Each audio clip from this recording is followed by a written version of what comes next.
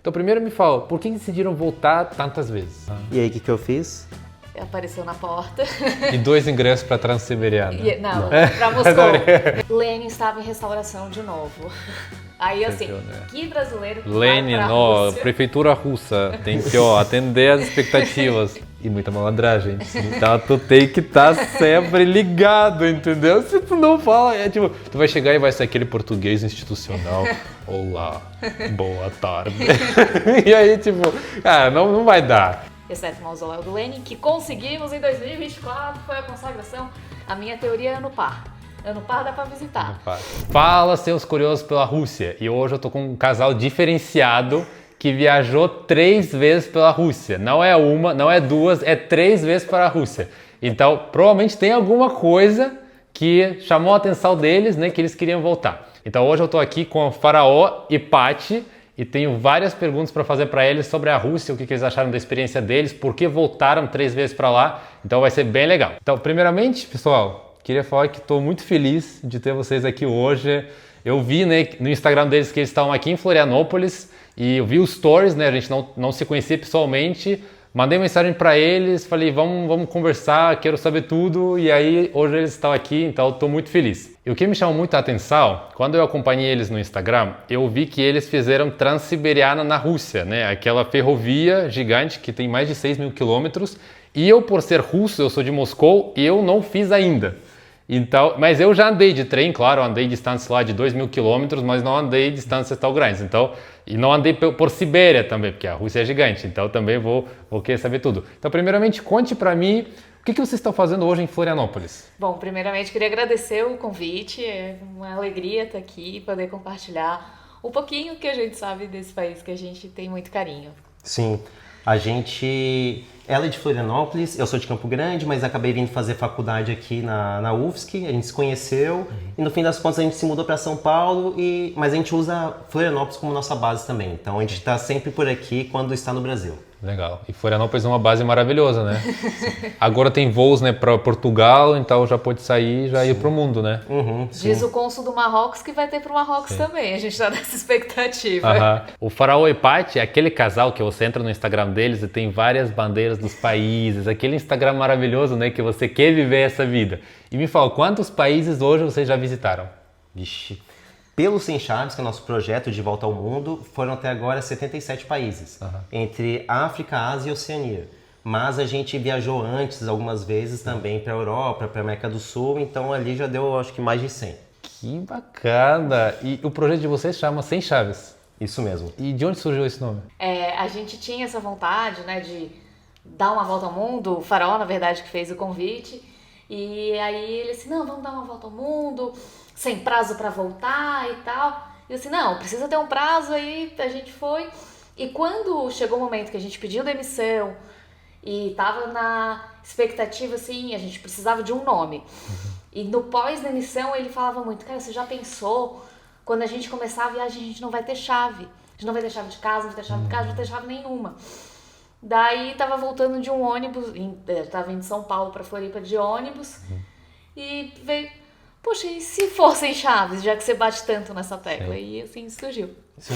E é importante ver que a arroba no Instagram tem que estar livre, né? Sim. Isso é importante, porque não adianta escolher um nome maravilhoso se a arroba está ocupada ali. Sim. Arroba, domínio, então no Instagram é Sem Chaves BR, na maioria das redes sociais, e o site, a gente tem um site que é o semchaves.com. Muito legal. Farol, e você falou que foi ideia tua de dar volta ao mundo. Sim. E como que surgiu essa ideia? É aquele filme com Jackie Chan, quando ele deu a volta também? Sempre eu tive um pouco de espírito de querer ver o mundo, saber como é que é tudo. E daí já isso de veio para UFSC, para Florianópolis fazer faculdade, já vi que é mais do que Campo Grande, né, minha cidade natal. E daí eu acho que comecei a ver algumas pessoas que estavam viajando, mas essa ideia, quando eu dei para a Paty, foi ali em 2015. Então não era tão comum assim como é hoje em dia, que você tem muito mais gente viajando, que tem mais oportunidades de cair no mundo. E então foi ali uma ideia, só que era a ideia até original quando foi para lá, vamos viajar ao mundo? Ah, tá, por quanto tempo? Pro resto da vida. Daí a Paty, não, claro que não, vamos colocar um tempo aí e tal. Daí a gente começou a negociar, daí tá, chegou a um acordo de 3 anos. 3 anos deu agora e ainda vai levar mais... Vai dar agora. Vai dar agora.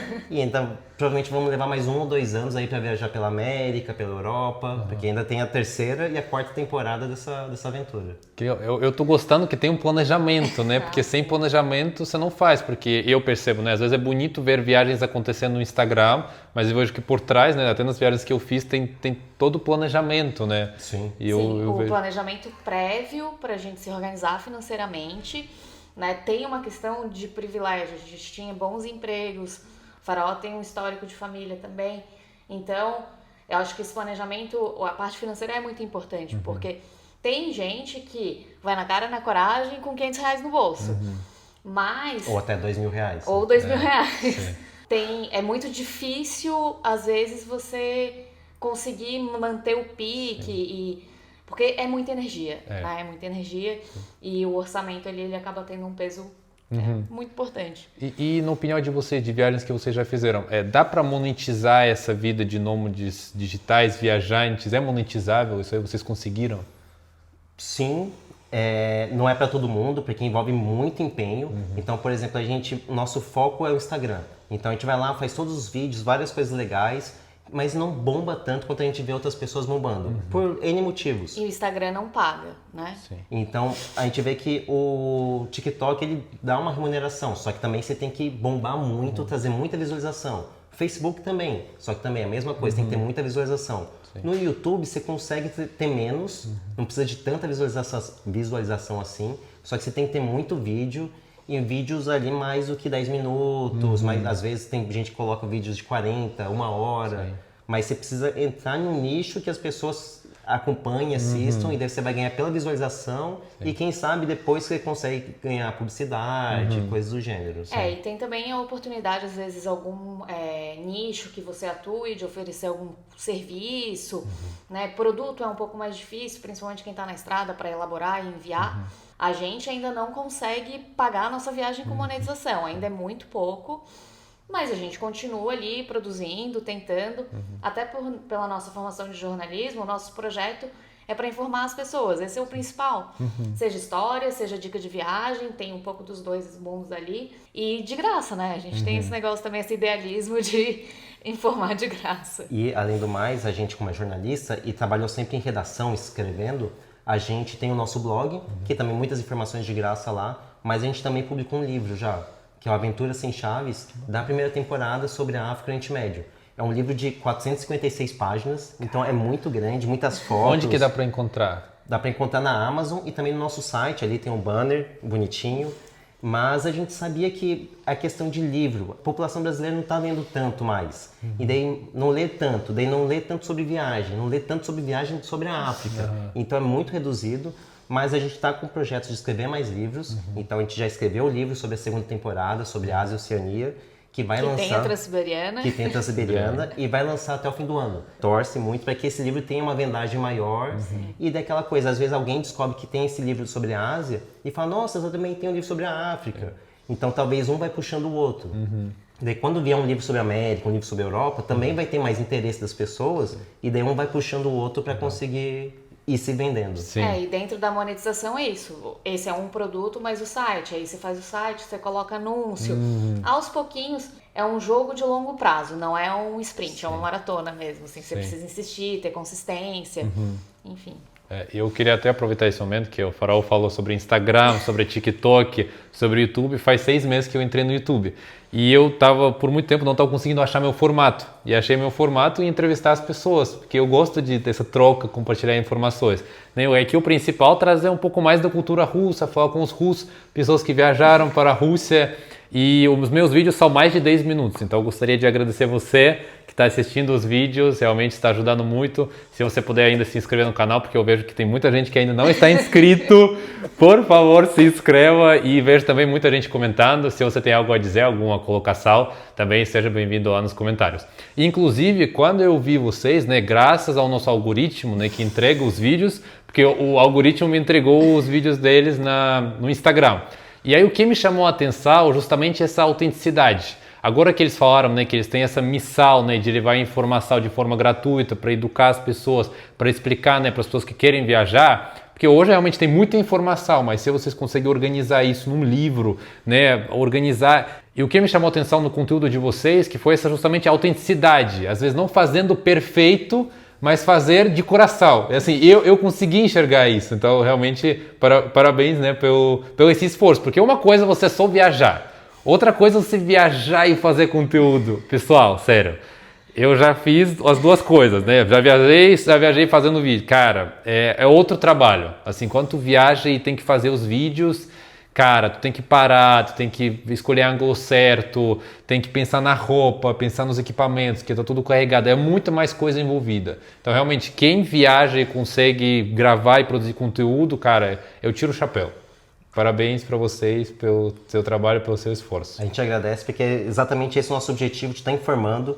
Porque é isso, nós somos jornalistas e queremos levar informação para as pessoas. Então a gente pega e sempre procura levar de uma maneira mais simples, que as pessoas entendam, e o objetivo é realmente incentivar as pessoas a viajar. Então, tanto é que a gente viajou, começou pela África, por vários motivos, né? Porque era o mais complicado, com menos informações, então seria o mais extenuante, que mais exigiria da gente. Então a gente aproveitar, a gente está com bastante vontade de conhecer o mundo, então a gente viajou por lá. E realmente tinha pouquíssima informação, e daí agora a Ásia tem mais informações, só que daí a gente começou a viajar para lugares que não são tão conhecidos assim, Timor-Leste, Brunei, então a Rússia mesmo, a Transiberiana, muitas pessoas já vieram nos perguntar, tirar dúvidas sobre a Transiberiana, chegaram ao nosso perfil por ela, por causa da nossa viagem, porque tem vontade de viajar, só que também tem toda um mistério, a União Soviética, que já acabou já há décadas. A Sibéria, né? A própria Sibéria. Sim. E é um lugar maravilhoso, assim, que é muito possível viajar por lá.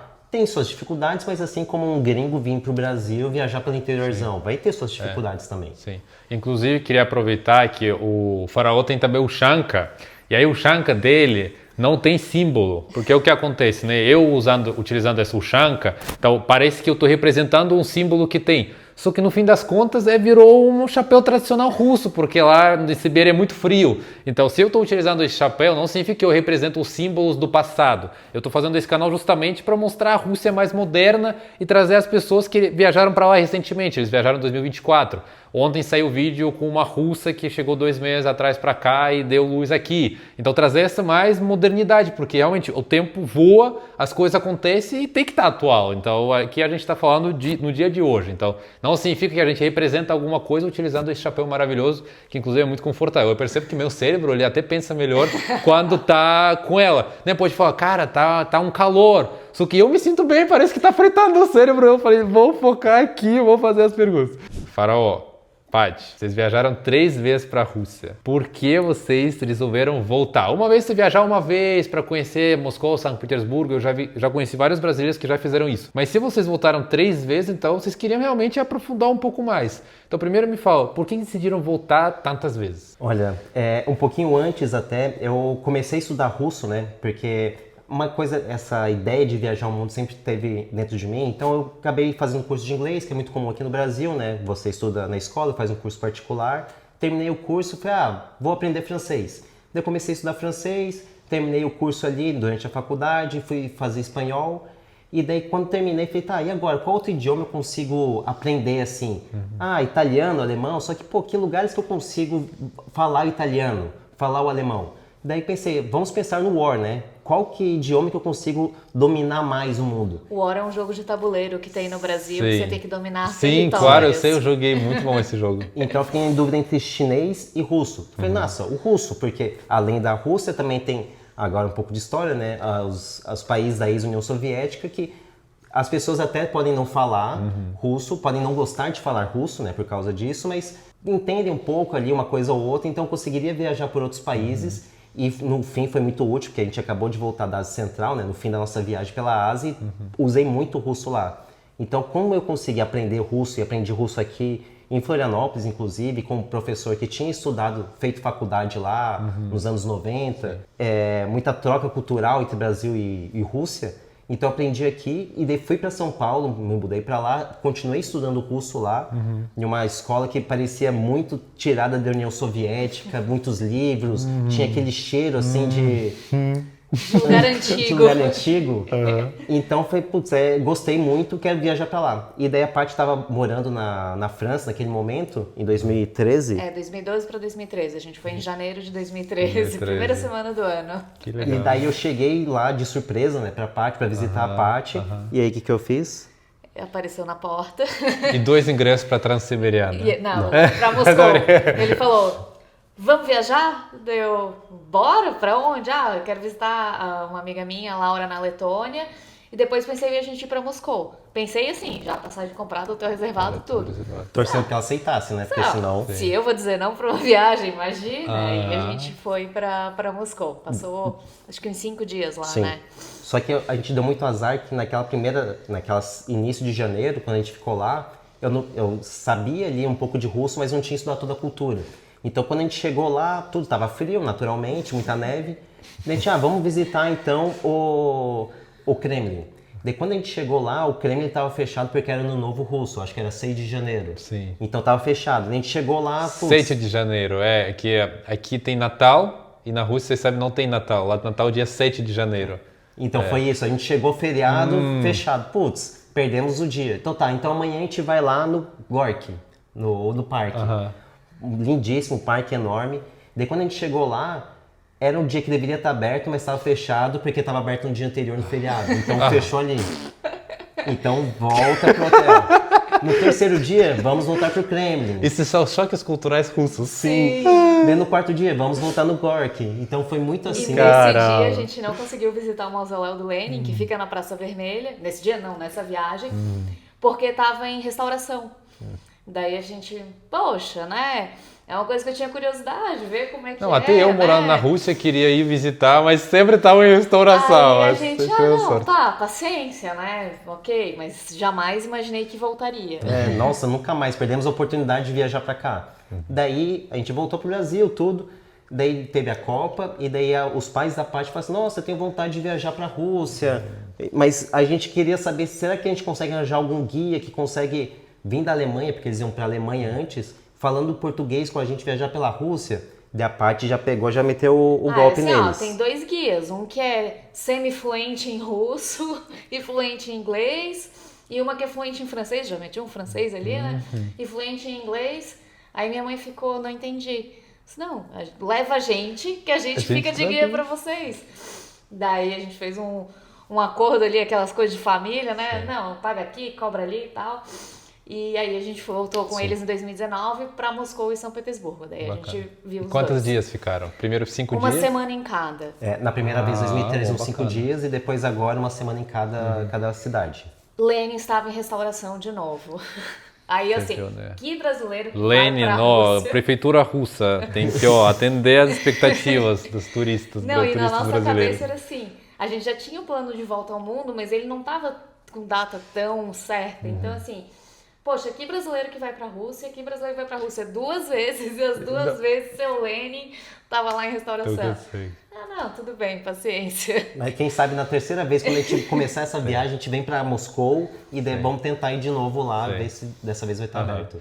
Ou basicamente naquilo que vocês trouxeram, eu tenho 2 colocações. Primeiro sobre aquele jogo War que tu falou, que tu estava escolhendo uma língua, né, que poderia falar em bastante lugares, né, no mundo. Eu estava pensando, se eu falo russo, português e inglês, eu já falo quase mais do que metade do mundo. Claro que tem que ainda espanhol, né? Porque a América Latina fala bastante espanhol. Mas eu já falando russo, inglês e português, já posso ganhar o War, já posso jogar com vocês. Então, realmente, né? A Rússia é gigante, né? E tem algumas até, eu vejo, tem igual descendentes no Brasil da Europa, tem descendentes da Rússia na Europa também, que alguns falam alguma coisa em russo, ou aprenderam com seus avós, então já ouviu falar sobre isso também. Minha família é polonesa, né? Eu tenho cidadania polonesa também, mas no momento que eu viajei por lá, eles falavam, enquanto que na Rússia fala dobredin, eles falam din dobra. Então, que é pão, é a mesma coisa nos 2 idiomas. Piva, então, cerveja. é aquela coisa que você consegue ali com palavras boa vontade, por exemplo, que nem no Brasil, se vem um argentino pra cá, Florianópolis, que tem muito, e o brasileiro tá com boa vontade, consegue falar um portunhol, um espanhol. Sim. Então, se indo para alguns dos países ali, se tiver uma boa vontade, claro, mímica, tudo, mas você vai conseguir se comunicar. Sim. Então, por isso até que pensando, às vezes falando em um interiorzão da Letônia, é mais fácil você falar em russo do que falar inglês. E pra gente foi muito interessante ter ido em 2013 e ter ido em 2019, que a gente viu pré e pós-Copa. Em 2013 a gente já, poxa, legal, gostamos de Moscou e tal, mas ainda tava muito frio. Era janeiro, era realmente muito frio. Vocês entenderam? Janeiro, melhor não ir. Assim... Junho, julho, agosto, 3 melhores meses. Mas é o calor também, eu ouvi dizer que é puxado. Eu acho que até às vezes maio, junho, Sim. ali, eu acho que tá bem agradável. E, os metrôs quase não tinha coisa em inglês, né? Assim, ou pelo menos a estação escrita no alfabeto latino, não tinha. E em 2019... E até em 2013, quando a gente chegou no aeroporto, não lembro qual que era. Era no Vnukovo. Vnukovo. E daí não tinha ligação com o metrô, então a gente precisava pegar uma vanzinha ali, um shuttle, e daí colocava ali as malas, e falar ali, conversar com o cara e ele te levava pro metrô. Então era mais difícil. Era um trampo. Sim. Não, e era daqueles, tinham vários, não, vem aqui. Então, e pra mim era esse tipo de coisa era novidade. Agora na viagem já virou normal. E aí em 2019 a gente já viu todas as estações de metrô com inglês mesmo, os totens. E a gente confirmou assim, cara, Moscou é muito massa. São Petersburgo é legal, mas Moscou é muito massa, a gente quer muito voltar e tal. Sim. E aí, agora, a terceira vez, com a viagem, a gente não. E aí vamos pra Moscou sem ter que turistar, a gente já fez os pontos turísticos, exceto o Mausoléu do Lenin, que conseguimos em 2024, foi a consagração. A minha teoria é ano par. Ano par dá pra visitar. Ano par. A gente, poxa, acho muito legal, assim, é uma cidade que pra visitar mesmo, a gente nunca morou, mas pra visitar, muito gostosa, a gente acha muito massa. A gente só percebeu agora, em 2024, que tinha menos pessoas falando inglês. Então a gente ficou num hostel, depois vai para outro hotel, ou até um pouquinho mais afastado do centro, mas mesmo assim tentando falar inglês, e as pessoas não estavam interagindo muito nisso. Então a gente foi comprar um chip no shopping, e também ali estava meio difícil, daí a gente não sabe, será que é uma questão, como tá com menos turistas, né, porque já tinha começado a guerra, tudo, se era uma questão assim, não quero gringo por aqui, vou me fechar no meu mundinho. Então a gente ficou meio nessa dúvida, mas a gente conseguiu ali com o meu russo, que estava bastante enferrujado, e conversando, interagindo no que era necessário. Né? O que me chamou a atenção é o totem do metrô de Moscou não tem mais versão em inglês. 2024? Não tem. Não tem versão em Kazan inglês. tem, mas o de Moscou não tem mais. Mas foi uma estação específica ou várias estações? Mais de uma estação. E isso a gente na estação do aeroporto para ir pegando um trem expresso para o centro da Que de cidade. novo a gente chegou pelo Vnukovo. E daí era estranho porque no totem ali de você chegando, um estrangeiro chegando por ali, seria o local que teria que ter uma maior receptividade. Mas eu fiquei feliz que vocês foram 2013 para 2019, parece que depois da Copa do Mundo foi um salto em turismo. Vocês viram que foram mais receptivos, que tinha totens em inglês, né, pessoal falando inglês, deu um salto. Aí agora 2024, alguns totens já não eram inglês e tal. Não, estranho porque vários brasileiros que estão viajando para a Rússia, não sei porque o Instagram me indica. E aí isso que nem eles não falam igual vocês, mostrando os detalhes de turismo. Eles só vão lá passear. E para mim pareceu que até tem muito estrangeiro agora em Moscou, né? Moscou e São Petersburgo. Viaja muita gente para lá, mesmo tá em situação de guerra. Eu sei que tem vários brasileiros que falam, guerra, melhor não vou. Claro, passagens são mais caras, né? Deve ser uma burocracia a mais, né? Vai lá no aeroporto. Até que eu vi brasileiros que foram, assim, olharam o passaporte, beleza. Turismo, beleza, tipo, não tinha problema, né? Porque Brasil, Rússia, tá bem tranquilo. Mas isso você trazendo de totens e tais, tipo, não sabia. Não, eu acho que tem queira ou não, a guerra começou em 22. O início muito instável, como que é, a situação, ela se estabilizou, então acho que as pessoas começam, ir pra Rússia dá pra ir, porque não tem, exceto a região ali mais próxima da Ucrânia, se você vai pra Moscou, você vai pra Moscou tranquilamente, você vai pra São Petersburgo tranquilamente, mas por outro lado tem essa questão do idioma, mas é fácil se virar, Sim. não é? Mas sempre, né, a gente tem o celular, dá pra usar o tradutor, ainda que não é perfeito, ele te dá um bom norte ali. Sim. E até o cirílico, por exemplo, eu digo que eu sou um analfabeto funcional, porque eu sei leio com uma certa agilidade, a parte aprendeu também a ler as letras, identificar, só que eu não sei exatamente o que está escrito. Às vezes alguma coisa ali faz sentido, como restaurant. Daí você já consegue fazer a ligação, restaurant, restaurante, olha só.